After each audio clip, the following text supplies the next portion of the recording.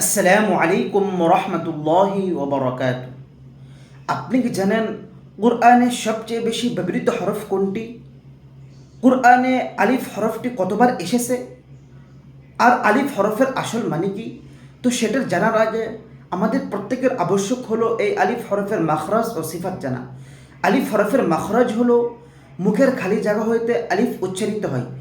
আলিফ, আলিফ, আলিফ। এই হরফের মধ্যে সিফাত 5টি।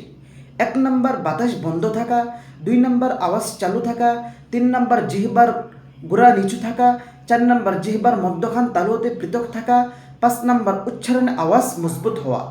তো এখন আসেন জানি কোরআনের সবচেয়ে বেশি ব্যবহৃত হরফ কোনটি? কোরআনের সবচেয়ে বেশি ব্যবহৃত হরফ হলো আলিফ।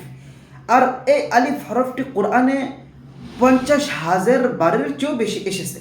যদি আপনি একটি আলিফ হরফকে সঠিকভাবে উচ্চারণ করতে পারেন তাহলে এর বিনিময়ে আপনার 50,000 আলিফ অটোমেটিকভাবে শুদ্ধ হয়ে যাবে ইনশাআল্লাহ।